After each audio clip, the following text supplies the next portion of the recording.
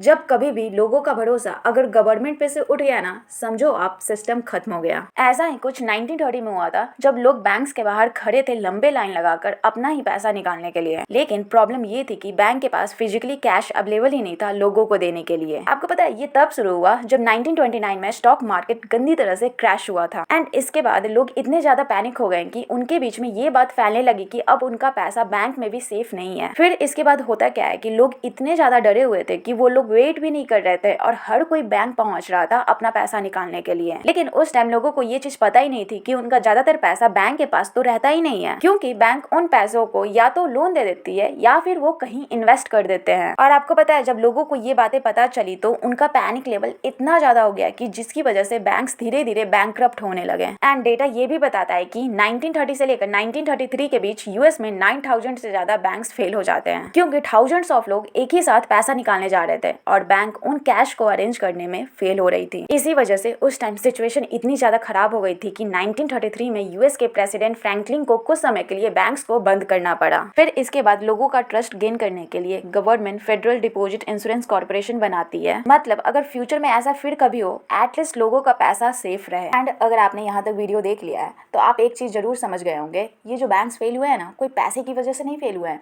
वो इसलिए फेल हो गए क्योंकि इन्होंने लोगों का ट्रस्ट तोड़ा। और जब भी ट्रस्ट टूटता है ना तो लोग सिस्टम रोक देते हैं।